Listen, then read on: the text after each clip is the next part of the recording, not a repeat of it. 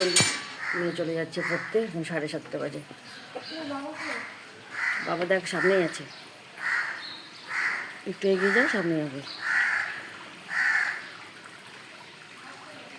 আছে আছে রাস্তায় হবে, যাও যাও, রাস্তাতেই আছে।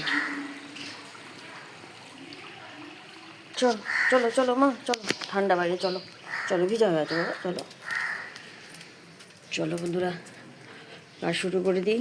প্রতিদিনের যে কাজ, রোজই আসার আগে আমাকে এগুলো কেচে ফেলতে হবে, নাহলে ও এসে কাজ করতে লাগলে আমাকে আর কাচতে দেবে না, আর জলও চলে যাবে। আর ট্যাঙ্কির জল যে কী ঠান্ডা বাবা, তোমরা তো জানোই। ওগুলো কাচবো, কেচে দেখো, বিছানা টিছানা সব উঠিয়ে নেবো। আর কুটুকুটিকে দেখো, এই দেখো, মনা যেমন উঠে পড়তে বসেছে, ও গিয়ে ওখানে শুয়ে গেছে। মনে পিহু গেল বলে একটু দেখে আসলো, আবার এসে শুলো, ঠিক আছে।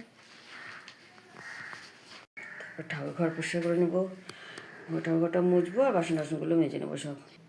রান্নাঘর তো রাত্রে পরিষ্কার করে রেখেছি, শুধু মেঝেটা মুছে নেবো। আর কালকে রাত্রে তরকারি কেটে রেখেছি, দেখাচ্ছি দাঁড়াও। বিট আলু ভাজা করব, এটা কেউ খায় না, শুধু আমি খাবো। শিম চচ্চড়ি,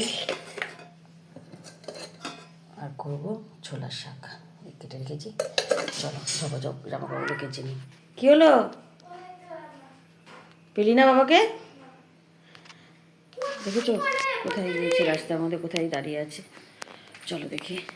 রাধে রাধে বন্ধুরা, কেমন আছো তোমরা? আমি তো বেশ ভালোই আছি, আশা করছি তোমরাও খুব ভালো আছো। এই যে স্নান পুজো সব হয়ে গেছে, এখন যাবো জামা কাপড় নেড়ে দিতে, আর জেসিকে দিয়ে আসবো উপরে। এই যে জেসি ডাক্তারবাবু বলেছে ওকে ছাদে থাকতে, চলো ওকে দিয়ে আসি। আর মনে এখানে পড়াশোনা করছে, আর তো বেশি দেরি নাই পরীক্ষাতে ওর। আয় জেসি, চলে আয়, ছাদে যাবো, চলো ওকে ছাদে দেবো। জামা কাপড়গুলো মেনে দেবো, দেখো জামা কাপড় নিয়ে নিয়েছি, চলো নিয়ে দিয়ে আসি। চলো বন্ধু, জামা কাপড় সব মেলা হয়ে গেছে। মেয়ে আজকে স্কুলে যাবে না কিছুতেই, জানো, সেই পেটে ব্যথা, প্রচণ্ড পেটে ব্যথা করছে, অনেক রকম মুখের কায়দা টায়দা করলো। কিন্তু কী বলো তো, এর আগে অনেকবার এরকম করেছে আমার সাথে, পড়তে যাওয়া নিয়ে, স্কুলে যাওয়া নিয়ে। তারপরে যেমন স্কুলের বা পড়ার টাইম পেরিয়ে গেছে, তেমনি শুরু হয়ে গেছে অত্যাচার। কারো বাড়িতে ঘুরতে চলে যাবে, তারপরে তোমার হচ্ছে খেলতে শুরু করে দেবে, মুখে মেকআপ করবে, আমার শাড়ি টাড়ি পরে একদম এলোমেলো করে রাখবে, সারাদিন এগুলো করে। আর ওগুলো না করে রান্নাঘরে গিয়ে কিছু বানাবে। হাঁপিয়ে গেছি ছাড়তে গেছে। কিছু বানাবে বলতে দই শরবত করে খেয়ে নেবে, কোনো কোল্ড ড্রিঙ্কস থাকলে সেটাকে খেয়ে নেবে, ওটা জলজিরা টলজিরা দিয়ে কী সব করবে। তারপরে তোমার হচ্ছে মানে রান্নাঘরে কিছু না কিছু একটা করবে, দিয়ে নোংরা করে রেখে দেবে, এরকম অত্যাচার করে সারাদিন। তাই আমি ভেবেই রেখেছিলাম, এবার যদি বলে তোকে স্কুলে পাঠিয়েই ছাড়বো, একদিন বুঝতে দেবো যে মিথ্যা কথা বললে কি হয়। তা আজকে তো অনেক ভঙ্গিমা করলো, গ্যাসের ওষুধ একটা দিলাম, খেলো, তবে একটু মুড়ি খাইয়ে দিলাম, মুড়ি টুড়ি খাইয়ে দেওয়ার পরে কারমুজাম খাই দিলাম 2 কাপটি। বললাম তুই স্কুলে যা, যদি স্কুলে গিয়েও প্রচুর পেটে ব্যথা করে থাকতে না পারিস, তাহলে টোটো করে বাড়ি চলে আসবি, এখানে এসে আমি টাকা দিয়ে দেবো। দিয়ে বাবা বললো তোমাকে যেতে হবে না, আমি সাইকেলে করে দিয়ে আসছি। দিয়ে আবার আমি ভেবেছিলাম টোটো করেই নিয়ে যাবো আজকে, কিন্তু বাবা বললো যেতে হবে না, আমি দিয়ে আসছি। তো বাবা দিয়ে আসলো, খাওয়া দাওয়া করে দোকানে চলে গেলো। আজকে জলখাবারে মনা ম্যাগি খেয়েছে, আর ম্যাগি এনে পিহুর জন্য ম্যাগি করে রেখেছে, ওটাকে টিফিনে দিয়ে দিয়েছি। ও টিফিনে ম্যাগি নিয়ে গেছে, আর ক্ষীর নিয়ে গেছে। আমি তোর পেটে ব্যথা করছে, তুই ক্ষীর নিবি কেন? বলছে যে তোর কী হয়েছে, ম্যাগি যদি খেতে পারি তো ক্ষীরও খেতে পারবো। ক্ষীর নিয়ে গেছে একটুখানি। তো চলো রান্নাবাড়া শুরু করে দিই, আর ও যদি খুব শরীর খারাপ করে তাহলে চলে আসবে বাড়িতে। কিন্তু ওকে একবার বুঝতে হবে মিথ্যা কথা বলার কী কী পরিণতি হয়। অনেক বলি মিথ্যা কথা বলবি না, কিন্তু মিথ্যা কথা বলবি না, শুনবেই না। তো আজকে জোর করে পাঠিয়ে দিয়েছি, মনটা খারাপ করছে কিন্তু কিছু করার নেই, ওকে কিন্তু একটু শিক্ষা দিতেই হবে। তাই ও গেছে স্কুলে, দেখা যাক কী করে। আমি ফটাফট রান্নাটা করে নিই, চলো রান্নাঘরে। এ দেখো বন্ধু, ওকে ছাদে রেখে আসা হয়েছে, তারপরে মনা একবার মাঝখানে দেখতে গেছিলো কী করে। তো মনাকে দেখে দেখো মুখটা কেমন করছে, মনা যতবার বলছে আসবি আসবি, তত মাথা নাড়াচ্ছে আসবে, হ্যাঁ আসবে। দেখছো ও বলছে নিচে যাবি, ততবার মাথা নড়িয়ে বলছে যাবে, বুঝছো। একদম ছাদে থাকতে পারে না, ছাদে বলে না, কোথাও একা একাই থাকতে পারে না জানো। চলো, রান্নাবাড়ি সব হয়ে গেছে। চলো তোমাকে দেখাচ্ছি কী রান্না করলাম। মেয়ে কিন্তু এখনও বাড়ি আসেনি জানো, তার মানে মিথ্যে কথা বলেছিল। চলো তোমাদেরকে দেখায় কী কী রান্না করলাম, তারপরে মেয়েকে নিতে যাবো, দেরি আছে, 3:30 ছুটি। এই দেখো, এই হটপটিতে আমাদের ভাত আছে, আর এই হটপটে আমার জেসিবিটি খিচুড়ি আছে। আর এখানে আছে আলু আর বিট ভাজা, শুধু আমার জন্য, এটা কেউ খাবে না। আর এখানে আছে ছোলার শাক ভাজা। কী বলতো, বিট গাজরটা ছেলেমেয়েরাও কেউ খায় না, আর বড়মাসাও খায় না, কারণ ওর হাই প্রেশার, তো ওই জন্য বিট ভাজাও খায় না। এখানে করেছি সিম চচ্চড়ি। আর এই দেখো সাবুর পাঁপড় ভাজা।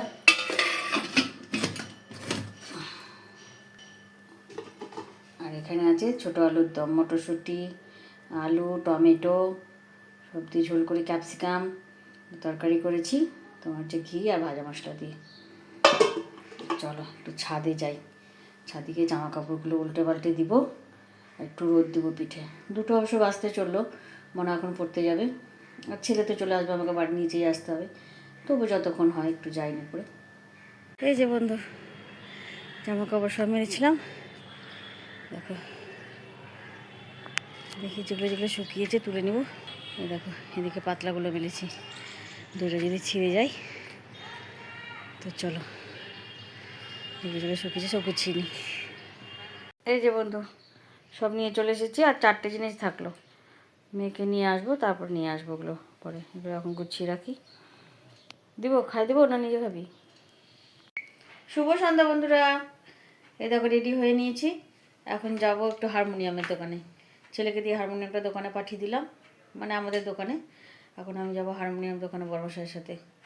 ঠিক করে নিয়ে আসলাম, 1500 টাকা নিল ঠিক করতে, কিন্তু কিছুই ঠিক করেনি জানো, শুধু কলকবজাগুলো একটু ঠিক করেছে, বাকি হারমোনিয়ামটা দিয়ে এমন একটা বিকট আওয়াজ আসছে, মানে কি বলবো, মেয়েটা গান করতেই পারছে না, ওর গান শোনাই যাচ্ছে না, পি করে একটা আওয়াজ দিচ্ছে।